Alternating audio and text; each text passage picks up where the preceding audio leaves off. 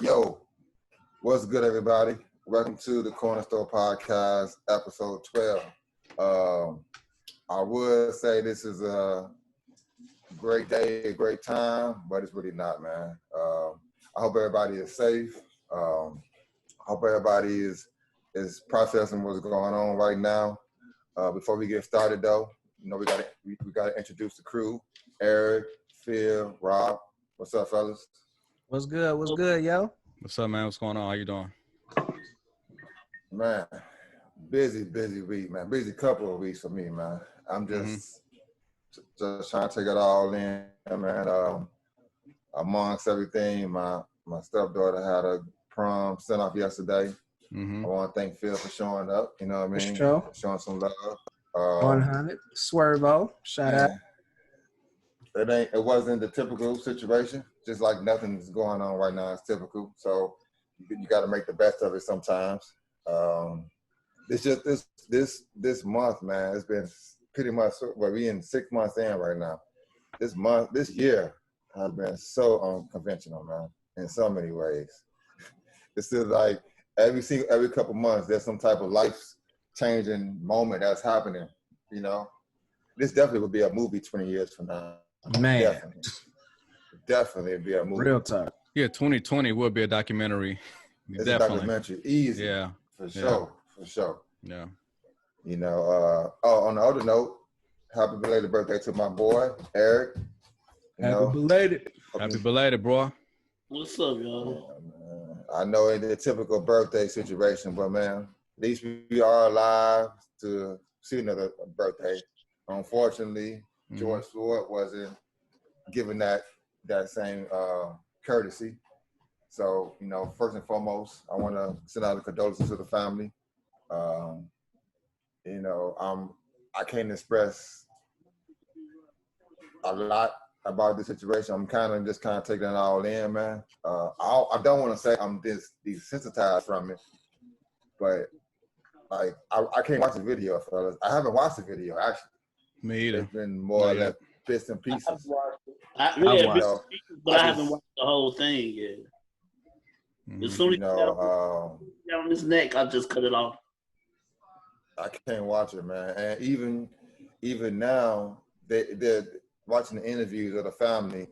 They just interviewed the chief of police for Minnesota, and him expressing his condolences and why he fired the cops, and just seeing the pain on his brother's face, man. It's very emotional, man. It's like this ain't the first time an innocent man has died by the cops' hands. I think it's to the point now. It's just people are just tired.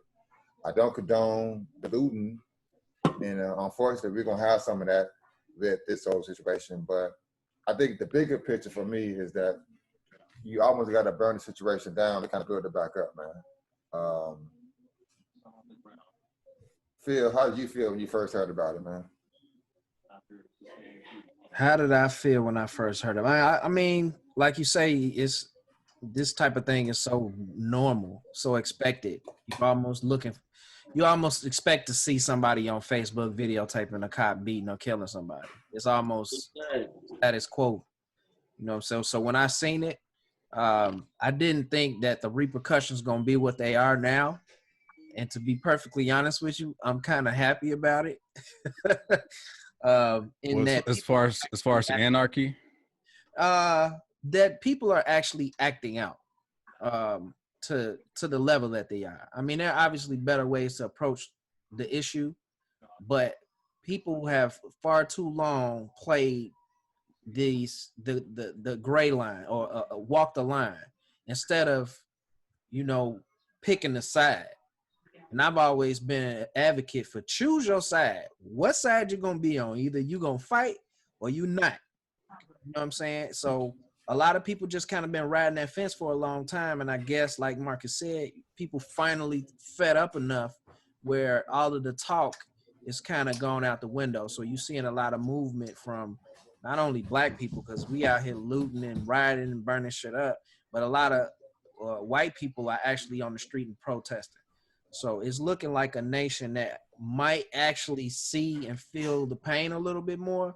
Do I think it's going to change anything long term? Probably not. but at least people up and doing something. So Yeah, that's how a you good feel, start. Hey, man, I ain't got too much to say about it. Like Phil said, you damn near immune to the shit. You see it so fucking much. It's like damn, but I do like that. And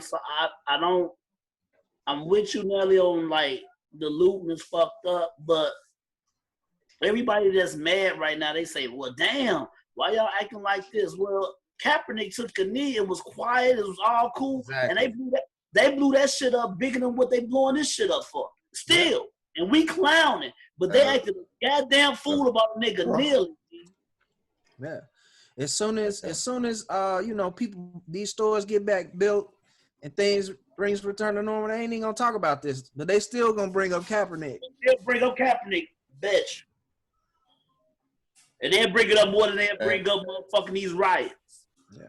I think before we get to you, Rob, I think speaking of Kaepernick, LeBron tweeted out something about that. It was like, okay, do you guys get it now? Do you guys get it now? You know, and it's true, man. It's like like you said, E, the man peacefully took a knee, and y'all made it way about something else besides looking at the point. I think now, do y'all people get it now? Do you get it now?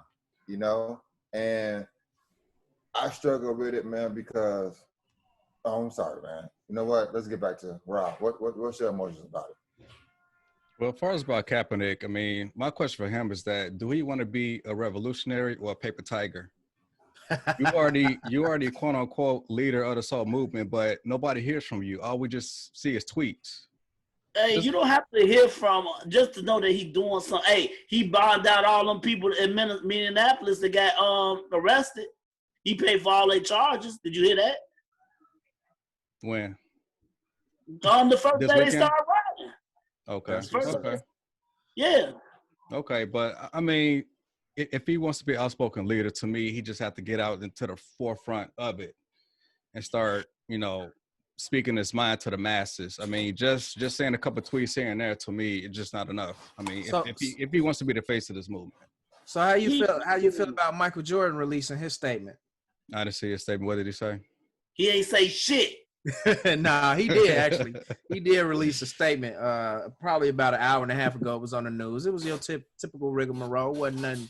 Okay. Wasn't unique about it, but he finally put something out. I think that was just a response to the fact that all these NBA players getting a lot of attention for saying something, and he got a lot of negative attention for never really saying anything in the past.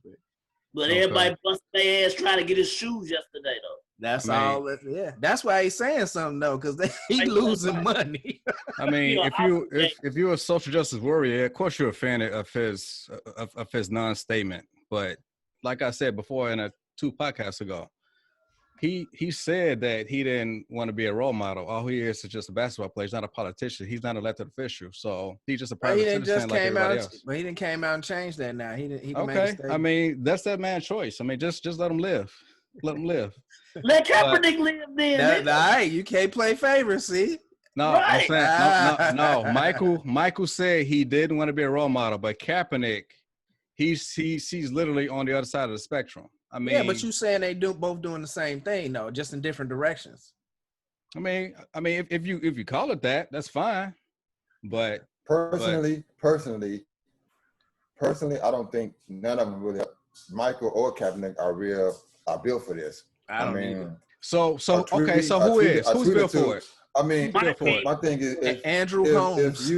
I tell you who I look at. I look at as far as celebrities. I look at the T.I.s. I look at the Killer Mikes. I look at the people that are putting their boots on the streets, and actually Steven Jackson. Athletes who actually out on the street, saying a statement. No matter what the situation is, they there. I to a certain extent, you're right, E. I think LeBron is built for it too. It's just like it has to be more than tweets. It has to be more than just monetary situation. You really have to be on the streets to see what we are going through on a daily basis to feel what we're going through. You can't take to sit out and tweet and say I'm with you, but then you're not really with us. Yeah, I get that. I get all that. I don't think we should, and I never have really felt like we should hold an athlete accountable for actually leading the movement. Speaking up about it, yeah, absolutely. Do we have a point person for everything that's going on? Nope. Okay. And let's just be honest. There ain't no Martin Luther Kings, no Malcolm X's. What you saying? Exactly. Right. Andrew Holmes. Shout out to Andrew Holmes. He show up to everybody. Everybody, dude. My dog died. Holmes is right there. Hey, we gotta do something better than this, man. The dog died, and ain't nobody see nothing. Shout out to Andrew Holmes, though. But we can't not fuck around. But he's doing a lot more than a lot of people. Yeah, he's doing a lot more, y'all. Y'all, I hate to cut y'all off. 79th and Damon on fire, y'all. Yeah, it been on fire for a minute though. Yeah. My parents stayed right off 79th and Winchester. They stay on 79th and Winchester. They lit the bank on fire. The Chase Bank right there on the corner. It was on 95th. You know about that Chase Bank, right? 95th at the Bank of America. They was trying to get the ATMs out. They got the ATM out at one place, and this one dude was trying to put the ATM on the bus. On the bus. He tried to take the ATM and put it on a fucking bus, y'all. It's Chicago, baby. He's so fucked up. He didn't even have a fucking car, but he gonna steal an ATM, and he is pulling this big bitch, trying to get on the bus. That's when you know, y'all. This ain't no protest. That ain't no protest, G. Right. That's not my fellow brother. That is a nigger. That's a nigger. That's a nigger. That is a nigger. With the ER. With the ER, yes. That's a nigger. Yeah. But fellas, honestly, I mean, just like y'all, I totally disagree with this whole protest shit. I mean, this is not about George Floyd. This is about people who have nothing to lose just want to go out and get some free shit. That's all it is. But they're using that man as an excuse. I mean, you got all types of organizations using black man's deaths as like a cop out. It's like a Trojan horse. That's their Trojan horse. Right. I mean, truth be told, it is a lot of people that's actually protesting. Right. You know what I'm saying? For the right reasons. We're not gonna act like that's not happening. It's still all of this rioting, it's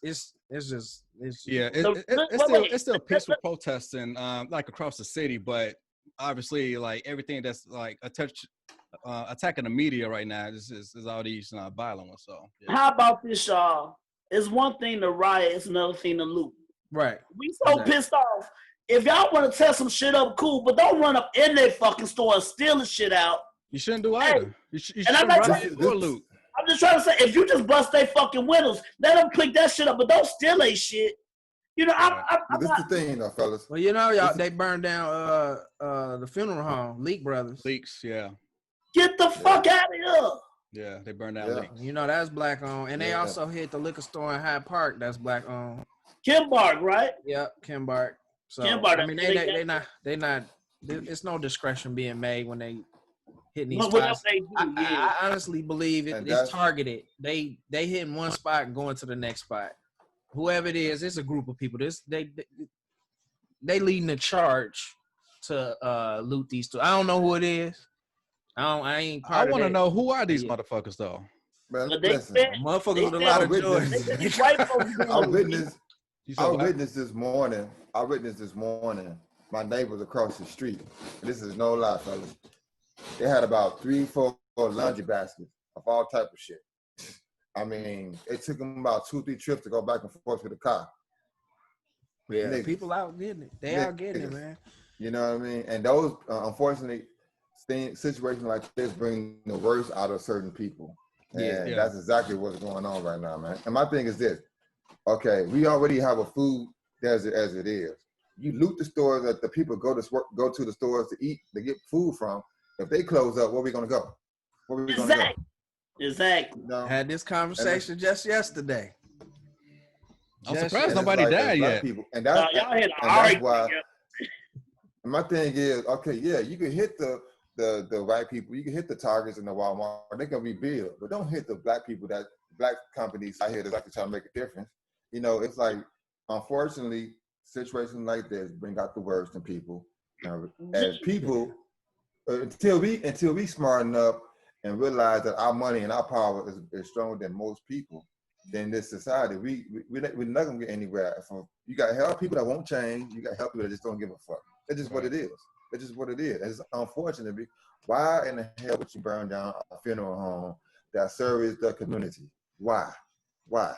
Service the community. Say it again. Yeah. Service the community. You know, Detail Law on fire on 95th and Stony Island. All of them. They hit all the Detail Laws. Detail Law, from what I can know, they always get back to the community. Always. They always did. The community. Well, yeah. So I think black people have things they have a misunderstanding of what. It's just unfortunate, man. And I think we always gonna be in this position because we don't think. We do not think. We have to. I think at the end of the day, I think we have to just wake up and just realize it's two tails to the situation. And my thing is, I was just telling this a while back. I think, man, a purge may be our next step. I think the president to the point where he'll do something crazy like this, and it's like, listen, you know what? We got to get rid of all these people and just purge everybody, man. He won't be around after this shit, though. Cause, dude, it's like it's all chaos in the world right now. There's no calm. Actually, they started protesting in London too. Yeah. Yeah, I seen them in Berlin. Yeah, man. Yeah. This shit is all over the world now. Like, and I mean, go ahead. It's like you said. That's the positive point to it. Like it's worldwide. No, but gee, we just got this COVID shit out here, right? Right. We still in a pandemic. We still in it, y'all. This is gonna get worse now. Definitely gonna get worse. And they haven't confirmed that they're gonna continue the lockdown. So the expectation is that, you know, we are still gonna be open for business in a few more days. Yeah. And they sent the National Guard out south. I think that's going to be pushed out, though. I think you have to push the date back to open up. If you open up now, man, it's going to be a bloodbath. It's going to be a bloodbath. So, what about this, guys? Do y'all think just because we've been locked up for so fucking long, and this shit happened at the same time, that's another reason why we out here just losing our fucking mind, because we've been caged in for a goddamn couple of months. Well, think about it. I actually agree with him, because you got to think about we talk about financial situations. There's a lot of people that's out there on them streets protesting that haven't been working for the last month and a half. So a lot of these people are financially strapped. So I'm not to suggest that people out there going to steal so they can make them some money. Okay. But if you go online right now, and my wife's cousin put me up on OfferUp because I wasn't paying no attention. You can go on OfferUp right now, and there's nothing but shoes for sale right now. That all been popping up in the last few hours. So people trying to make money off of all of these. They sell it right in front of my across the street, down the street from my crib. Whatever, all the shit they stole, they're out in the front selling that shit right now. I swear to God. So people definitely trying to make money off of it. Now, what they gonna do with the money? Wait for the stores to open back up, and then they go spend their money. Yeah. And that's where the problem lies. We not using our brains. And you know what I'm saying? This is a good opportunity to, you know what I'm saying, propel our community forward. You know, off of burnt grass. But I mean, people just out here doing things for their own selfish reasons. You know what I'm saying? And that's leadership. Lack of leadership is always a problem for our community. We just don't have one. Now let's talk more about the George Floyd case and the decision recently to charge the officers that was involved. Do you guys think that was fair? I think the charges was too weak. 3rd-degree murder. It's not even. That's oops, I did it again. You know what I'm saying? That's not a real charge. That's 10 years. That's manslaughter. Damn, it's nothing. It's not even a real charge. Yeah, but if you're gonna charge on 1st degree, I mean, you can't really like. If you lose, there's nothing you can do about it. Right. Because you have to prove that it's premeditated. Right. Yeah, but that's just the problem, in that, regardless if you can prove whether it's premeditated or not, the murder happened. This person is dead because of actions that you took. Right. Whether you chose to do it. You chose to do it on purpose. Whether you premeditated or not, it's still murder. And the fact that you can get a murder charge and be out of jail, and what's minimum for murder 3 is like 10 years or something like that. You just go around killing people all the time. And I'm glad that you. Go ahead now. Go ahead, E. No, it was a black cop. They killed the white lady in Minnesota about 5 years ago, y'all, 6 years ago. Well, as soon as he killed that white lady, do you know they arrested him right on the scene? Yeah, she was from Australia or something, right? Yeah, but they arrested black cop from Minnesota. Right. He killed the white lady. Right. He was arrested. There wasn't no, we gonna fire him and 3 weeks later come up with the goddamn, or a week later. He was arrested right after that. Right, I totally remember but that. But they don't say shit about that, y'all. They just like the cop that killed this motherfucker, killed somebody in 06. Last name is Theo, whoever, and he killed this dude, but it's like, but this motherfucker get a second chance to come back out after he killed him. Actually, back then, Amy Klobuchar, she was the prosecutor, and she chose not to press charges. She said she did, yeah, but she said now that she, you know, at the house, she said she's trying to clean it up. Let her tell it. She said that they didn't give her the chance to. No, that's bullshit. That was the presidential candidate, right? I don't know. Yeah. Well, I'm glad you guys brought that up, because where I was going with this is that even though, like you said, Phil, they fired him, and I think procedure-wise, that was the right thing to do. He clearly didn't follow procedures, and that's what caused Mr. Floyd's death. But I think until you change the laws naturally, federally, okay, if a suspect is in your custody and he died within your custody, that the penalty should be termination up to no less than 10 years in prison. Right now, as a cop, I'm just playing devil advocate, fellas. As a cop, and the reason why cops, at least in my eyes, have been getting away with it for so long is that in their job description is, okay, it's a possibility that we might have to shoot and kill somebody today. So federally, they kind of protect it. You can't charge a cop for shooting somebody if they feel their life was threatened. In this case, his life wasn't threatened, but there was no language in the book to say, okay, that this is a criminal intent. That's why you couldn't charge them with first-degree murder, because you have to prove that it was premeditated. So I think for this to clearly change, that the laws have to change. Okay, you have to lawfully hold these. Hold on, you have to lawfully hold these cops accountable. Okay, right now you got the union. If you do shoot somebody, you got the union got your back. You got the cops that got your back.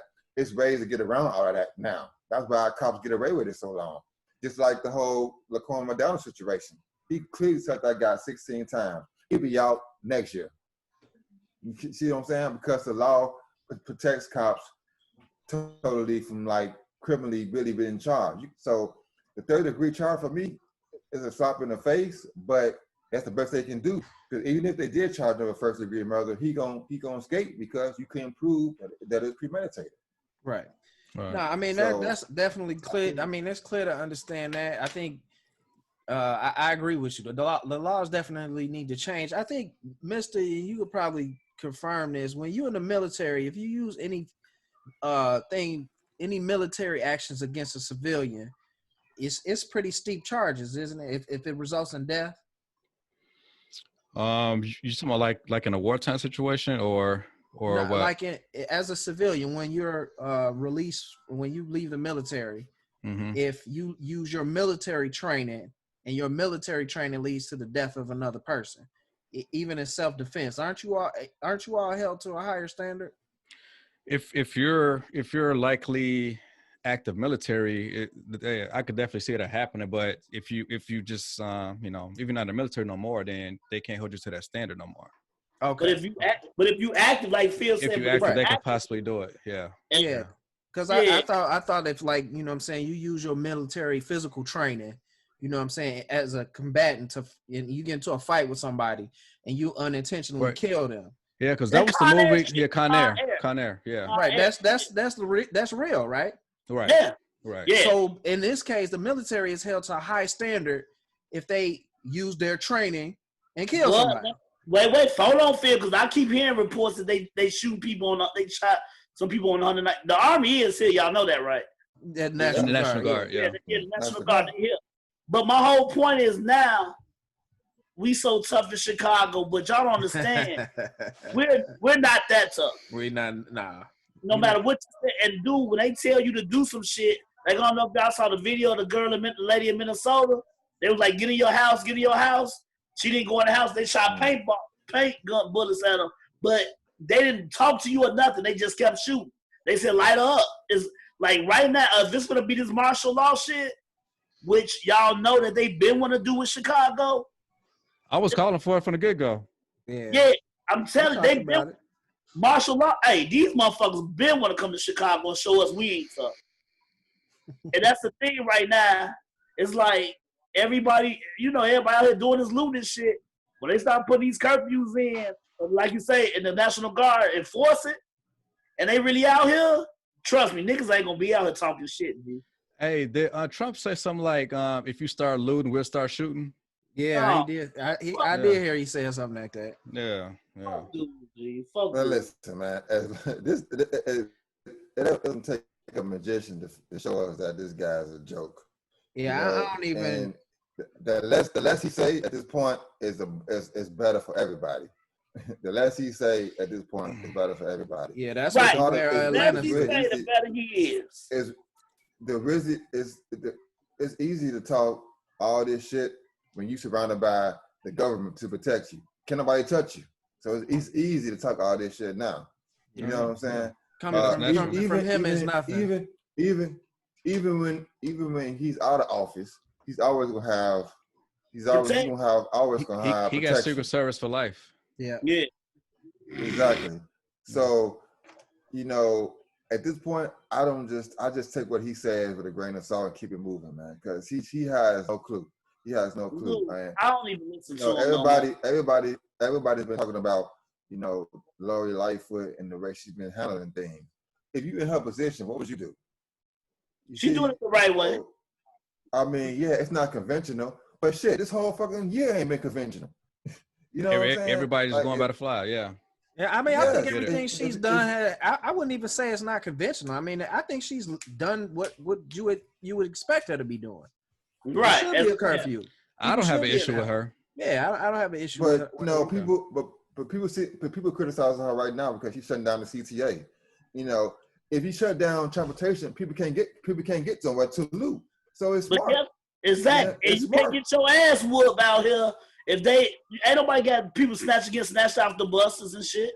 I'm really trying to figure out how they gonna have us deliver mail tomorrow out here, and I know they looting out here in West Loop. You know what I'm saying? Right. That's the real issue.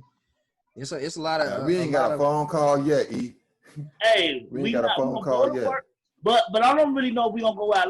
They got to see how they gonna check the temperature of everything tomorrow morning and see how it is. But hey, I'm gonna be honest with y'all. Y'all my niggas. They burn it down post offices, man. Right, but yeah, they did. They burnt the post office out west. But let me tell you this. Yeah. Them niggas ride my mail truck. I love y'all to death. I'm gonna let you know. That's an inside job. If they steal my mail truck, it's an inside job.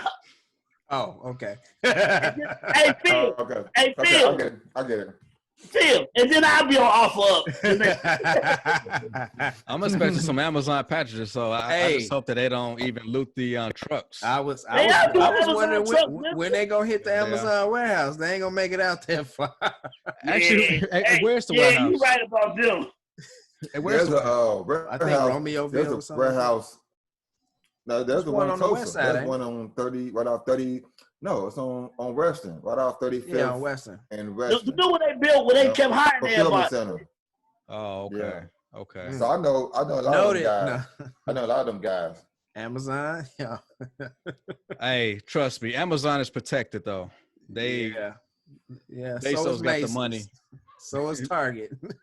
I'm saying. So is all of the Targets. So is Walmart. No, Amazon ain't protected right now. I mean, it's hard to get into a warehouse, man. They got what's the big store? Costco. Yeah, they got Costco. They got Benny's, G. They got the Benny's on Roosevelt. Dude, they broke in I'm Benny's. saying like the actual warehouse is not a consumer type of store, so it's harder to like get up in there if you ain't supposed to be there. They can break in anything, motherfucker. Yeah, they broke in the back of all of these stores. They went through the back. Did y'all see what they did to Kenwood on Stony? No, I heard about it. They hit Kenwood too. Oh wow. Hey, you gonna be they able to gonna catch hit everybody. everything. They gonna catch everybody because everybody gonna be drunk tomorrow. They always gonna be drunk with new Jordans on. Right. Everybody gonna have, dude. It was a pitch. I was finna send it to the group, but when I saw it, we finna come on. But it was a guy with a box of Dutch Bloods and a Hennessy bottle, and then the chick, she got like a Remy bottle. I'm like, dude, they look terrible, dude. They ain't like, I'm like, come on, y'all. Get what you can. But that's where your mind that ain't protesting, G. No, that ain't. Like I said, if you gonna protest, you want to smash up some shit. It's one thing. I'm not gonna take y'all shit, G. That's just me. I'm not. Honestly, I could kind of understand this whole protest or looting or rioting had the cop been like acquitted, but so far he's been arrested, he's been charged. So let's just kind of see what happens. I can understand if he was acquitted, then all the shit kind of went haywire. But I mean, to me, it makes no sense. I mean, they going about their job the right way. What you saying? Right. Like, I mean, so like far. Nelly was saying, so far. Yeah, they going about the books how to get. I think the protest. Yeah, the protest definitely should happen before the case is resolved because the objective is to impact the result. But the rioting, that would have made more sense if acquittal came back. So I agree with you definitely on that. But I mean, at this point, how many, like you said, though, Nelly, how many times can you see something like this happen and not do anything about it? You know what I'm saying? Some people it was funny, and what's funny to me is that even when you go through the trial of these cops, like the cop lady who shot the young man in his own apartment, they try to humanize her. Oh, she's not a racist. She's not this. Right, exactly. Yeah, Amber Geiger. I totally believe that she might not quote unquote be a racist, but she shot that young man in his own apartment. You have to be if everybody else in the world is accountable for their actions, you have to be accountable for your actions. I don't. But did they get off? But did they say him and I was fucking around? Yeah, I think they did find something. I don't know. I thought they found something in the cell phone. That was a rumor, though. That was a rumor. 54th, y'all. 54th. And I'm sorry. 55th in the damn ride, that strip mall with the Walgreens. Yeah, they got that a while ago. Yeah, the Alsby. Yeah, man. I mean, as I said before, man, I mean, when you get to the roots of all this shit, man, like, everything starts from home. That's why we talked about patriarchy early in our podcast. I mean, if we had a stronger community, a stronger patriarchy, I mean, do you think that cop would like do a Jewish man like that or Asian man like that? No, because you know what? Right when it was happening, instead of everybody sitting there with their phones trying to put it on social media, they would have acted against that police officer, and he would still be alive. Right. That's a problem in itself, that people could stand by and watch this type of shit happen, knowing the possibilities. You got people screaming, yeah, he can't breathe. Just risk it. Run up on the cop, man, you was finna kill this dude, push him down, and then, hey. Arrest me too, but at least this motherfucker alive right now. Exactly. Mm-hmm. Yeah. You know what I'm saying? People are it's an afterthought. You know what I'm saying? A lot of those are like those same people who think if they have a gun, they're gonna shoot in a bad situation. You know what I'm saying? Most people not gonna react in a bad situation. They just gonna have a gun in their pocket and don't do nothing. Mm-hmm. And that's evidenced by this man who kneeling on the ground on somebody's back, and it's a whole bunch of people around, enough for all of them to videotape, and the man still dying in front of all of them. Kids running up, rolling up on their bikes, seeing the man dead under the police car. Come on, man. There was enough people out there to change the situation so it never happened. Yeah. They didn't do nothing. The chief officer for Minnesota made a comment that kind of resonated with me. He said that the reason why he charged the rest of the cops that were standing around is because, to me, silence is just as bad as being loud. You know, it only took one officer to say, "All right, my man, you're doing too much. Light up, get off." That's it. That's It only took one. It only took one cop to say, "All right, you're doing too much." That man still would have been alive. So I applaud the chief officer for Minnesota to even saying something like that, because if one officer would have just said something, this man would have been alive. Mm-hmm. You know, if God forbid, if we're in a situation where somebody's life is in danger, and I can say, okay, man, Phil, I need you to just relax. You know, that's sometimes that could be a difference between life and death. In this case, it was for him. So, at least as the chief, he knows he's not protecting these guys. He basically saying, okay, yeah, they fucked up, and that's why they fired. You know, it's just, man, I just. We got a long way to go, fellas. I don't know what it's gonna take.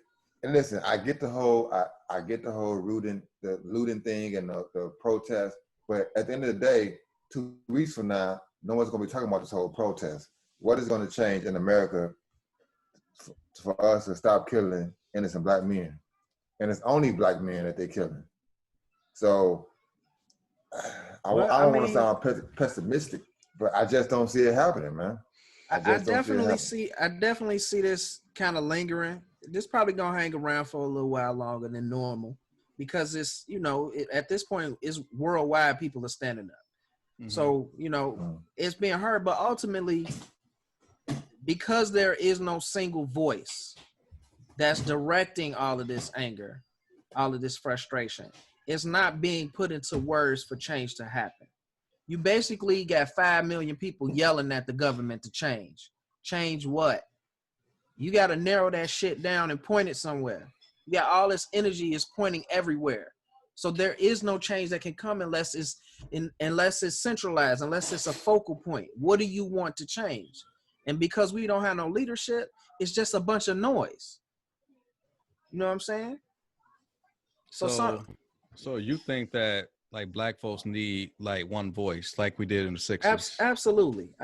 We were kind of getting there with the Black Lives Matter thing, but I think the slogan itself just kind of made it difficult for people to swallow. Even though a lot of people wanted to be part of that movement, because of the slogan, and the slogan having whatever, I don't know how to explain how people are affected by the slogan, but because of the way it was being presented, people couldn't take that. People it's supposed to imply that Black Lives Matter too. Yeah, exactly. But people made the slogan divisive. There you go. Right. People would rather say all lives matter, you know. But. Right. So I mean, even if we took this movement and called it an all lives matter movement, you know what I'm saying, and we had and people and you know, leaders were. There was leadership. That's all that is required, is leadership, in order for everybody to have one singular point. What are we trying to accomplish by this? Yeah, we want police to stop killing black people. How are we going to accomplish this? We don't know, because you got too many people yelling and screaming, and it's just noise. So yeah, we do definitely need leadership in order for us to make any significant change. I mean, even if we do, that's not going to change all of these people that's, you know, already in their positions, that's out here on the street as police. You know what I'm saying?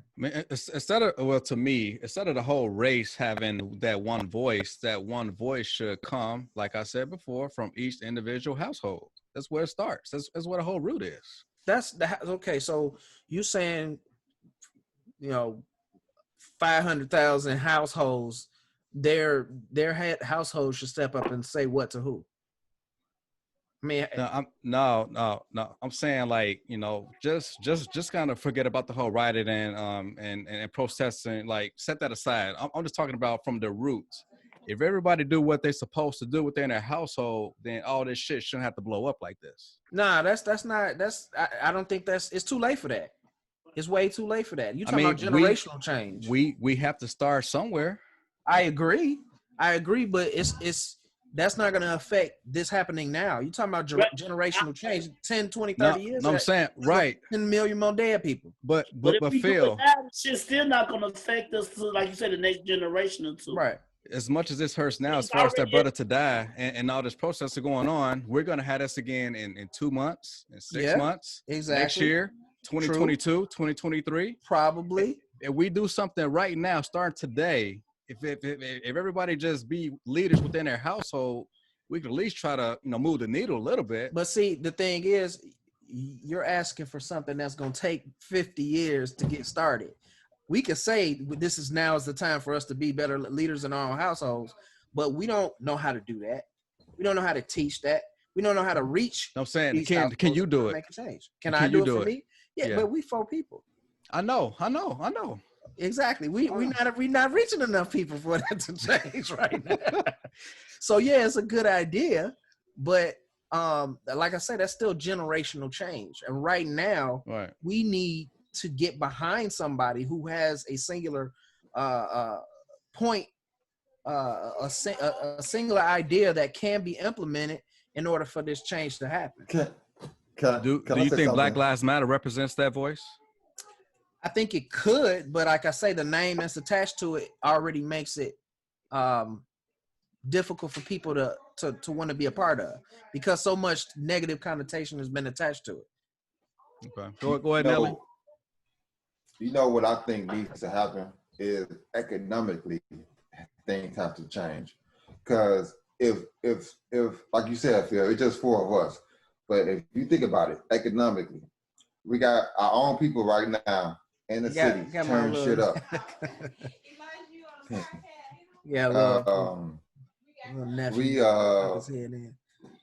We have people right now in our own neighborhood, turn up our own neighborhood. And I'm pretty sure people that stay in these neighborhoods can't afford to buy any of these businesses. What's going to happen? You're going to have the right man slide on in, buy up all these burnt up vacant buildings, and build right back. And what we going to do? Spend money with the white man once again. Or get pushed economically, out. Exactly. So I think economically, that's where we start as a Black organization. Either if it's Black Lives Matter, or if it's something else totally, or somebody else totally different. It has to start economically. We have to basically support each other first and build within.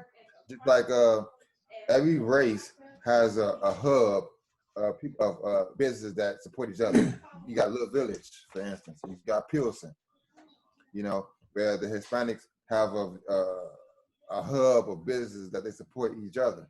What do we have right now? What do we have? Economically, we have nothing. So my thing is, if we put our own dollars, we support our own people, and we draw back the money that we spending at the Gucci's, at the Foot Lockers, at the all the stores that people, the Fendi's, Coach. If we can build our own brand and support each other, that would be more supportive and help of change than anything we do. Period. Looting is not going to change anything. We have to economically change, I think, how we look at this. This is what it is.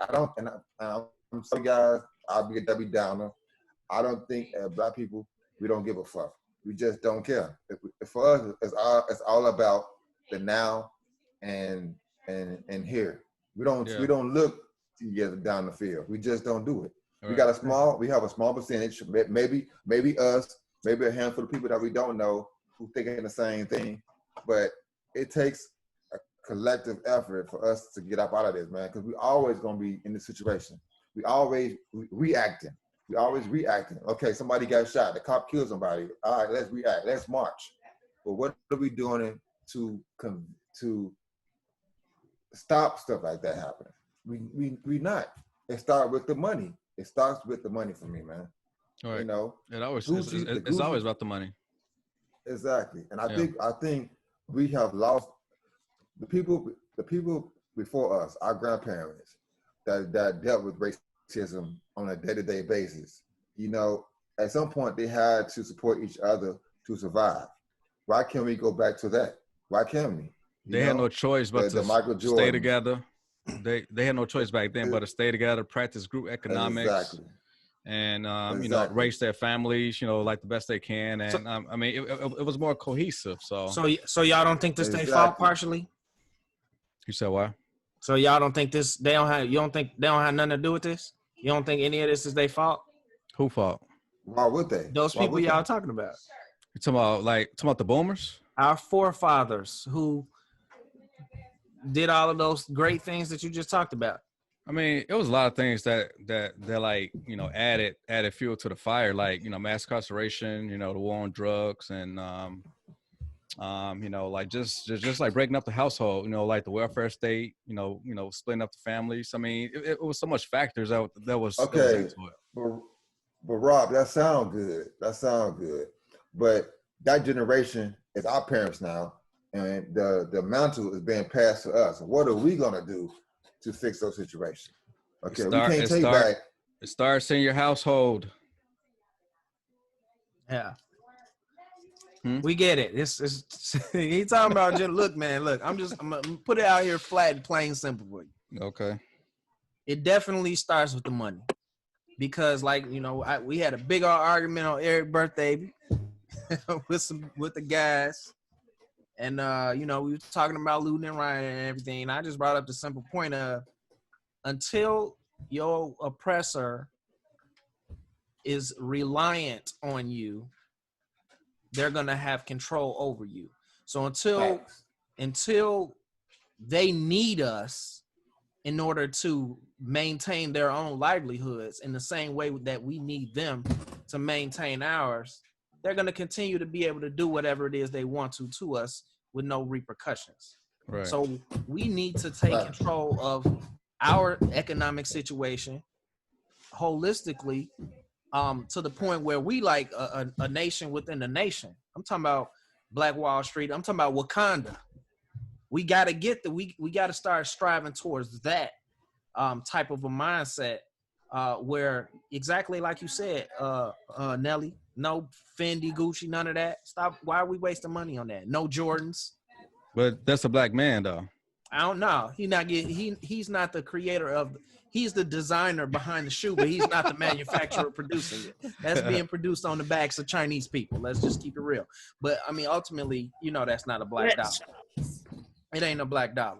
You know what I'm saying? But yeah, we need to start thinking about, you know, growing our own food, producing our own, and manufacturing the things that we need for ourselves, educating ourselves. Man. But that's just so far out and impossible at this point. I don't say it's not impossible. People just don't want to put in the work.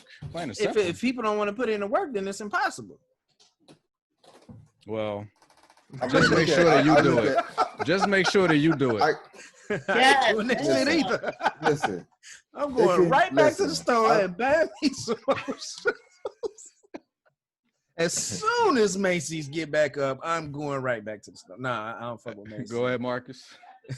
But we really don't have to look any farther. But at the Hispanic neighborhood, I work in a Hispanic neighborhood every day.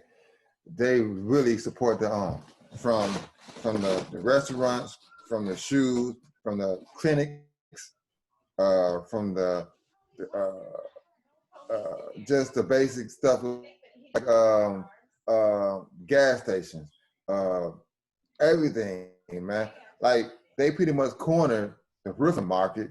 I see every day. I see somebody roof getting done. It's all Hispanic. They do lawn services. Like, you have to be self-efficient to money-wise to move the needle. We don't have anything. All we have is barbershops, at the most beauty salons. Right. And white people do not come to our neighborhood to get their hair done. Exactly. And even with that, you spending money with the white folks. You still need the supplies. You still need to buy the hair. You still need to buy everything else. We still give the money to the white people. We as black people probably spend the most money when it comes to healthcare than any other race, hands down. From the nails, from the hair. I mean, weave is like weave is $1 billion industry. I mean, they're sending Korean kids to college and all types of shit. Meanwhile, our kids over here with Thank you, Rob. And can't Thank you, Rob. So explain to me. Get on the bus. And I mean no disrespect to them, but I mean no disrespect to the Asian people. But why the hell are Asian people on 87th Street selling black people hair?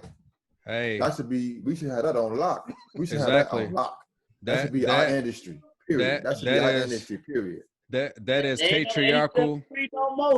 That is patriarchal capitalism at its finest, right there. I mean, so many people can like come to our neighborhoods and set up shop. You know, with the corner stores. Yeah, gas facts. stations. Yeah. Ain't no black corner Yeah. stores. If it Well, was, ain't no more. This I a got a black corner beat on store my right route. here. Yeah, facts. Because Happy's got they got Oh. Happy's. They got Happy's on 79. You got There's half. a corner. Yeah. There's a corner store on my route that's owned by Habib, and right across the street is a CHA project. They come over there and buy that blunts, they buy that liquor, they buy that drinks. It's a corner market, and they know that. They know that. Yeah. It's just I think we're never gonna get ahead until we financially set ourselves up to move forward. That's the key. There's a radio station, and shout out to Maze Jackson on the WVON 1690. I listen to this guy every morning on the way to work, and his slogan is basically, "What's in it for the black people? What's in it for the black people? What can we do to elevate ourselves to the next level?"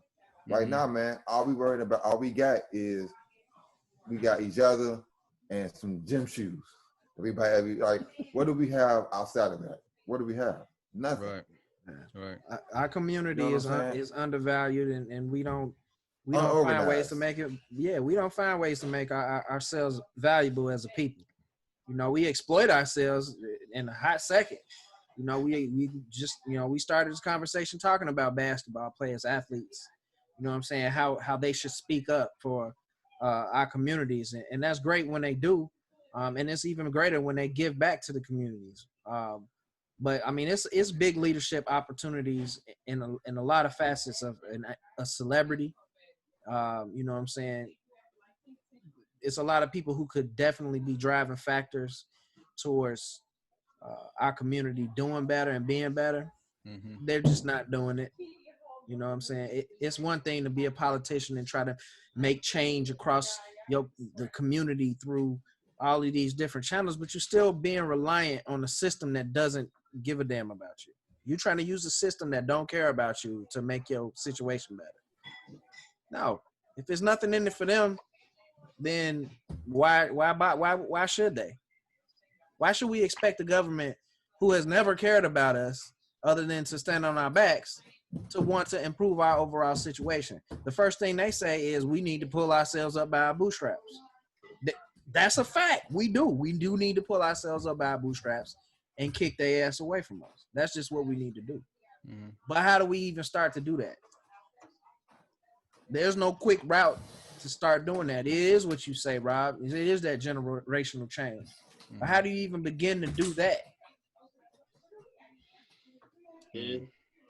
I mean, we could raise our kids to only shop at black stores, but if ain't no damn black stores out there, where they gonna shop at?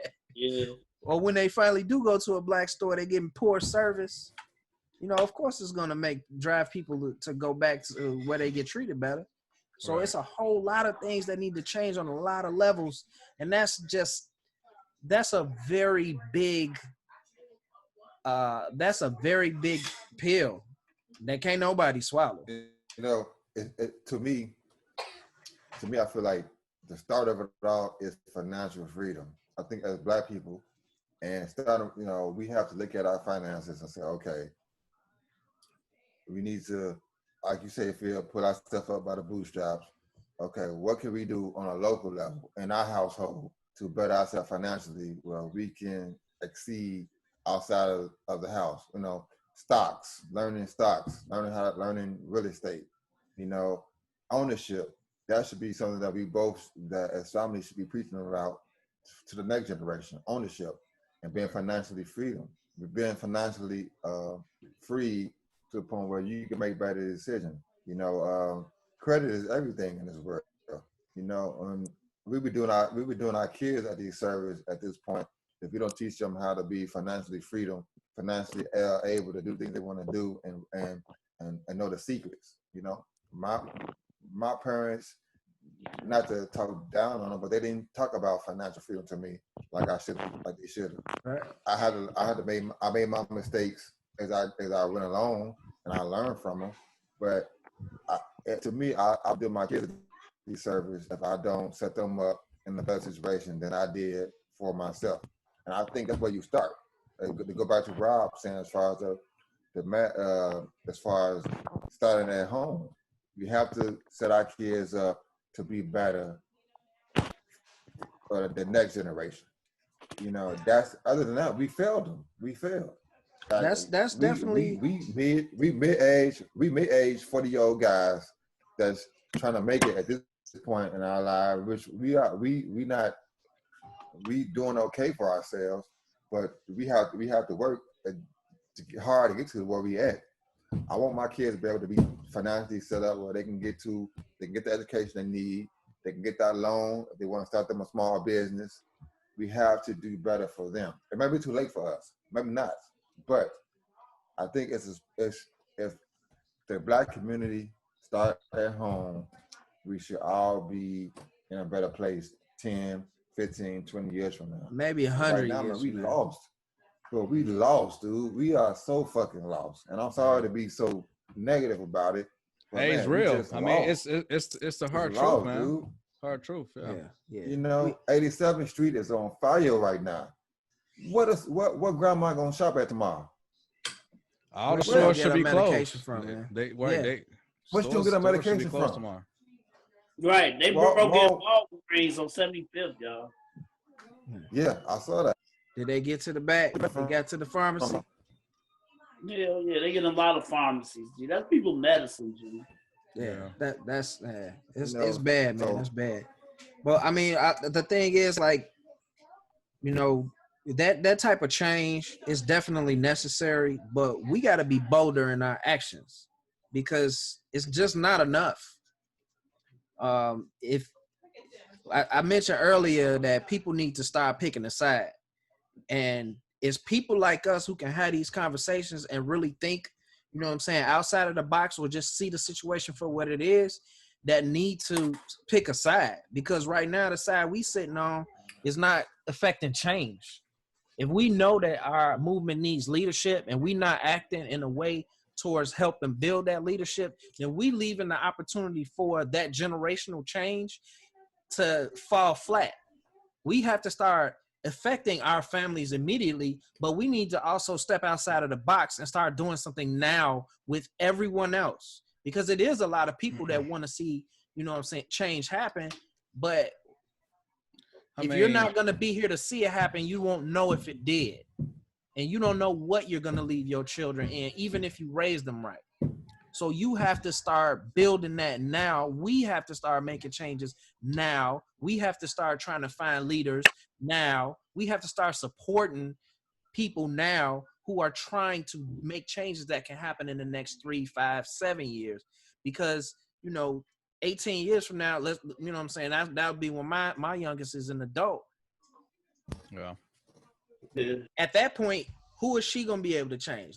I've raised her correctly. Now she's 18 and on her own, and she starts to change. So that's already 20 years from now. You see what I'm saying? So generational change is too late, because if I haven't done anything now to change the overall situation, then by the time she is an adult and can start to impact, she's already starting behind. So we can't continue to stand on the fence instead of being inactive. I mean, granted, we talking about it, so that is a small effort. But you know, there are a lot of people that are talking about it right now. Talking ain't doing shit, because it's peaceful protesters. That shit ain't did nothing for the past 50 years. That's just talk. That's all been talk. Right. Rioting and protesting is just another form of speech. It's just talk. It's not really doing anything. Right. It's all about the money, like we said earlier. It's all about the money. We have to figure out a way to start impacting this situation right now. I don't know what that is, but it's the truth. I think, like you said, but it's got to be something that you got to do. Like you said, you got to put your foot forward to say, like, man, like, we got to do this to get here. You know what I'm saying? Yeah. Now, Phil, you talked about having like leadership. I mean, you had Al and Jesse. They've been mainstream for the past 30, 40 years. I mean, are they outdated? No, they're just not leaders. Okay. They were chosen leaders, not even from us. It was from white mainstream. Okay. Yeah, they just fell into it because they had access. They knew the right people. They were in front of the cameras at the time, and they ran with it. I've never really seen Jesse Jackson as a leader. Leading who? Operation Push, Limited. Right. That's it. I mean, to me, for Operation Push to have been as big and as notable across the world as it is, he don't get as much attention as Saint Sabina's pastor. You see, I can't think his name, but he on TV. Flager's on TV every day, damn near, speaking up for our community. He ain't even black. So, shout out to Father Flager. But yeah, as far as leadership, Jesse it's past his time. You know what I'm saying? Okay. Does that mean we should turn to Flager?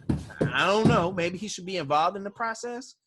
You know what I'm saying? But he's somebody who's been willing to step up and on our behalf for a long time, and he's been doing that for a long time. So you got to give him his props for it. Right. But I mean, if it's a non-black person, I mean, they really have to be true allies to our cause. Yeah, absolutely. But we need people within to step up and like to be that charismatic, common voice to kind of galvanize people, as much as possible. So yeah. And we gotta start these wealthy people need to start pooling their resources to generate wealth in our community, because that's what Caucasians do. You know what I'm saying? When a new store or a new financial institution wants to open downtown, the Chamber of Commerce reaches out to all of these wealthy people to get investors on board and all of this and all that, and they move forward with a project. Okay. These wealthy African-American people who already have it made, they need to be in a Chamber of Commerce, whatever you want to call it, and start building banks, giving out microloans. You know what I'm saying? Start buying property. Start allowing people to move into properties at lower cost so they can start to save money to build income for themselves. Because a lot of people are spending way more than 30% of their monthly income on rent. You know what I'm saying? And that's not feasible for a lot of people. All right. You know what I'm saying? So you want to build wealth, you have to be able to live somewhere and take care of your family. Right. I mean, wages are not going up, but everything else is going up. Exactly. Chicago is definitely not getting any cheaper. And it goes back to the whole looting thing. Like, you loot in Inglewood right now. It ain't shit in Inglewood to begin with. ain't a damn thing. You know what I'm saying? So you're just making it easier for a white investor to come in there, buy 4 or 5 blocks up at a time. Why the land is cheap? Why everything is cheap? Because y'all burning the shit down. And draw the property value even lower into the ground. Yeah. And because we ain't got $10,000 on the whole to go and buy some property, you got Charles Xavier somewhere with $500,000 just come and buy a whole Inglewood. Right. Buy a whole and then put y'all niggas out. What would you say, E? No, I was saying then he buy that land that y'all done fucked up, then he build it up, put y'all out and rent it for a higher price. Yeah, exactly. If you stay, you gonna pay higher, so it don't, Right. That's been the whole thing about the park, the Obama Library, him wanting to build it in Jackson Park area. Right. That's been the whole thing there. People with money already starting to invest in the area. You know what I'm saying? Driving the rents up because they know. Plus, the golf courses are going to get redid as well. Exactly. So who finna live on the golf course? White people. Exactly. You niggas not. Exactly. And what you're doing is you're gonna push the middle the families who barely making it. You pushing them farther and farther to the other side. So that's where the Inglewoods, that's where the Avalon Park, the other communities south of us. What's the other one on 87? Stony Island area. Chatham. You start pushing everybody that way, and they're gonna start buying up these properties like we just said, and that's it. So to me, I think it starts financially. If black people came together, bought property up in Inglewood, built it up for ourselves, the white man can't come in and say, okay, that ain't shit there, so let me buy it up. We have to be smart, man. Right. It's now, definitely man, it's people in all of these communities that's working hard, man, and they'll stay in their community as long as they feel safe and it's something for them to go and do in their neighborhoods. You know what I'm saying? But you know what I'm saying? If nobody's investing in that community and somebody just coming in with sweeping money, buying everything and forcing you out, you ain't got no choice but to leave. Get So private, you can't do shit but go. exactly. So with all these wealthy people that have all of this money, want to draw a call to attention and what really kills me is when they tell us we should give our money up to the cause. Nah, bring y'all ass back where y'all came from. Invest in, buy some housing, buy some buildings, buy some property. You know what I'm saying? You can afford it. You know what I'm saying? Make the rent affordable. Get people in there who working hard to have families. Take a portion of what they rent would be, invest it in the community, start to build a community with a small investment. Man, come on, man. It's so easy. It can be so easy. See what people doing is like black folks who do got that paper, they will buy properties, but they will Section 8 that property so that way they can get that guaranteed money from the government. But you still got that type of clientele rent those apartments. So that type of clientele, they got the freaking offspring that's kind of terrorizing the neighborhood. So I mean, I'm sorry to say it that way, but that's what it is. It's true. But that's the thing. That's what happened when in the capitalist society, when people main focus is individual wealth. We gotta get away from individual wealth because we ain't ready for it yet. But my thing is you have to think forward like Tyler Perry. Tyler Perry took his money, built his own studio, exactly, and on top of I think it might have been a plantation at some point or some type of it was army base, Confederate army base. Yeah, he took his own money, built his own situation.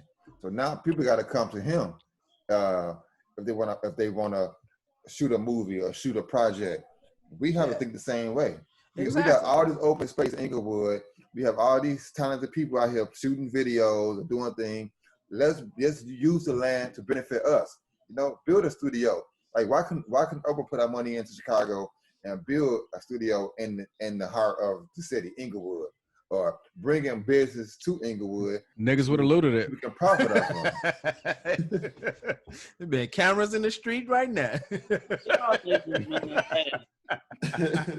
I love y'all niggas. Man, I gotta bounce, G. I gotta make another important phone call. I love you cowards.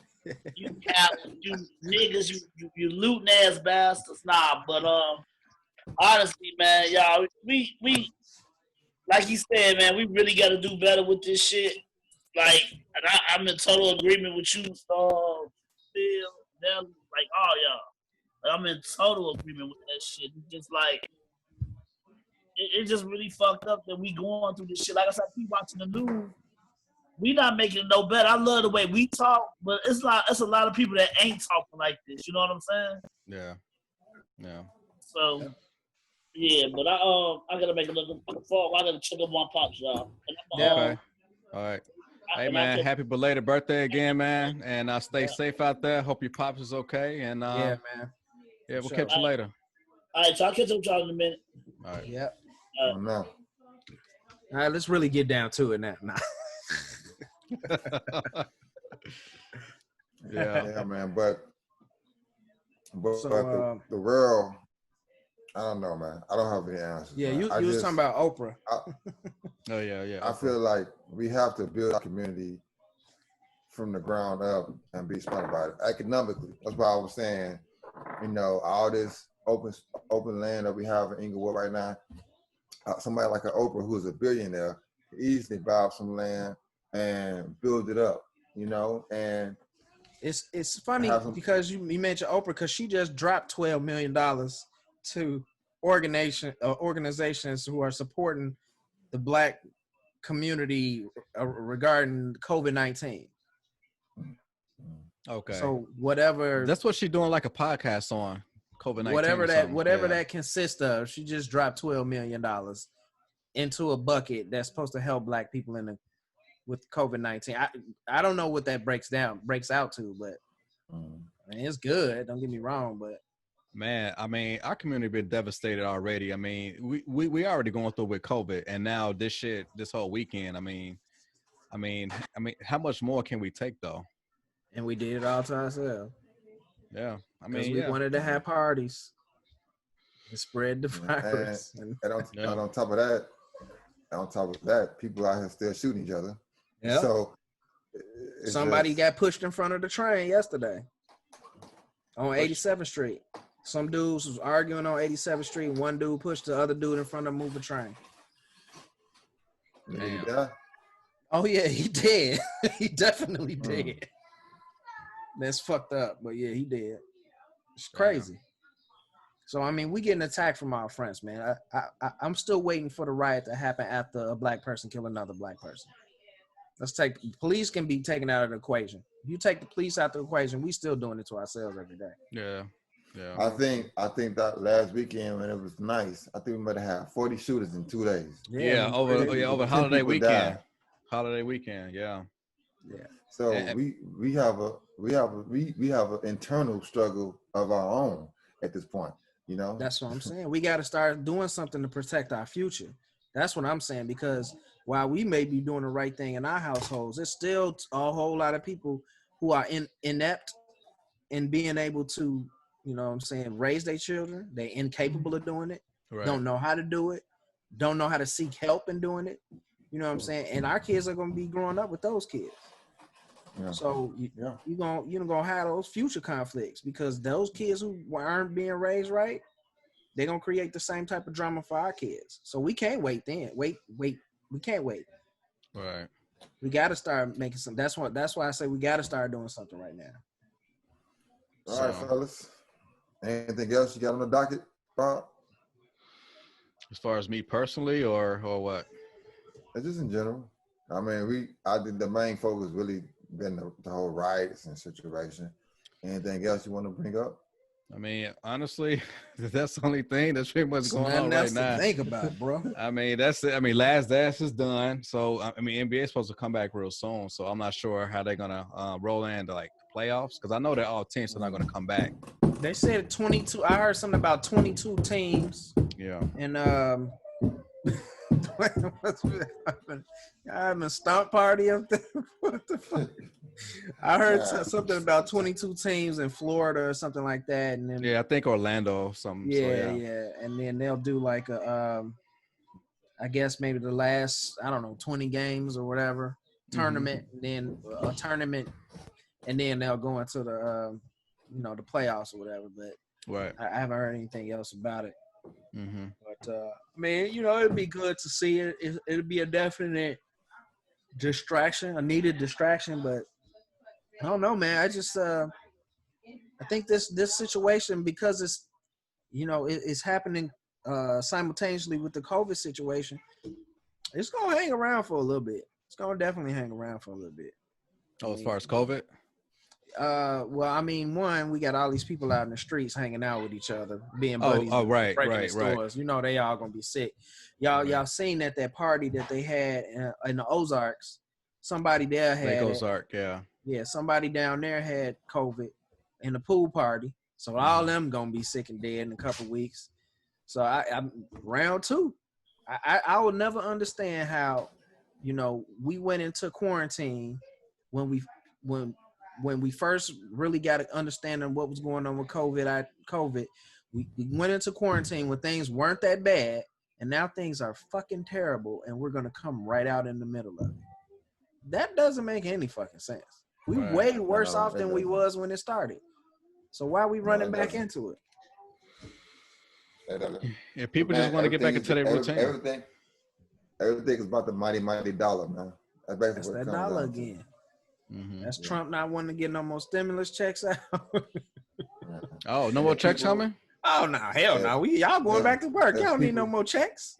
If people die, but if people die in the process, okay, collateral damage, Yeah. That's kind of how they feel at this point. Yeah. And you know what really hasn't been spoken about is how much wealth seniors attribute to the economy. And our seniors are being wiped out. So it's a whole lot of vacancies that are going to be financial vacancies that'll be left because of all of that loss. And you also hear about a lot of people talking about, oh, you know, these insurance companies are just going to pay for these stores, retail stores, and all their stuff going to get replaced.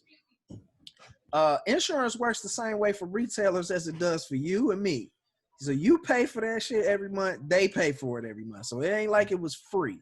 Mm-hmm. So even though they may be reimbursed for everything that they lost, it's going to be a lot of cases where, you know, insurance companies are going to be trying to refute paying off these companies.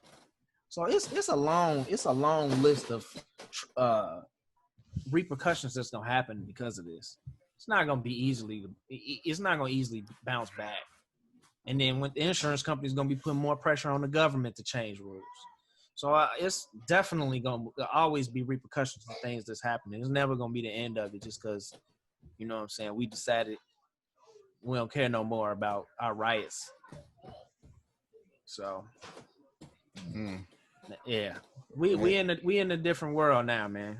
2020 is this is the world as we know it has ended. Wow, that's it, huh? Sure. The world as we knew it has ended. If you can't go back to this ain't nothing like last year. Nothing. Yeah, total 180, yeah. It's total 180. The world as we know it has ended. We in a new world. This is a new world right now. So maybe the Mayans was right. You know what? BC gonna have a new meeting instead of before Christ, gonna be before Corona. Exactly. Sure. Exactly, man. Sure. Damn, man. Yep, fellas, I got to get out of here, fellas. I got to get out of here. But for all of our supporters, please like, subscribe, share the video. We still into this space. We still trying to figure it out. We definitely appreciate everybody's support. But I just want everybody to be safe, protect yourself. Make sure that you just do the right thing, guys. Because at the end of the day, this is all we got is each other. If we burn down our city, all we got is each other. So just be safe, and we'll get through this somehow. Mm-hmm. You guys have anything you want to say? Well, be safe, everybody. As a essential worker myself, I mean, every time I leave my house, I try to be as safe as possible. I got 2 girls at home and a wife. That's kind of compromised as far as their, like, you know, health as well. So I try to be careful as much as possible. So yeah, you know, if you don't have to be out, y'all, stay in the house, self-quarantine, just like we've been doing for the past couple months. So other than that, you know, that's all I got, y'all. So yeah, be safe out there, and you know, enjoy the rest of y'all summer as much as possible. Indoors though. Yeah. All I would leave y'all with is, you know, something my mama taught me. Don't shit where you eat. And right now, that's exactly what's happening right now. If you went into a store, if you made the decision to go into a store and take something out of it that didn't belong to you, you basically shit in your own neighborhood. You know what I'm saying? So when you have to go back to that store and they don't have anything, don't be upset about it because it was your own fault. We could do better. We got to do better as a race, as a people, as a people in this country and people across the world. We all can do better. We all need to do better. The effort starts today. It starts, you know, when you make the decision to do better. So we waiting on you to start doing better. And if you hear this message, think about it. Figure out whatever it is that you can do to make your tomorrow a little bit better, and just do it. Yes, sir. All right, with that being said, thanks everybody for the support. Thank you for listening to another episode of the Corner Store Podcast. My name is Nelly from the Goodfellas. Thank you again. Peace out, everybody. Deuces. All right, y'all, be safe out there.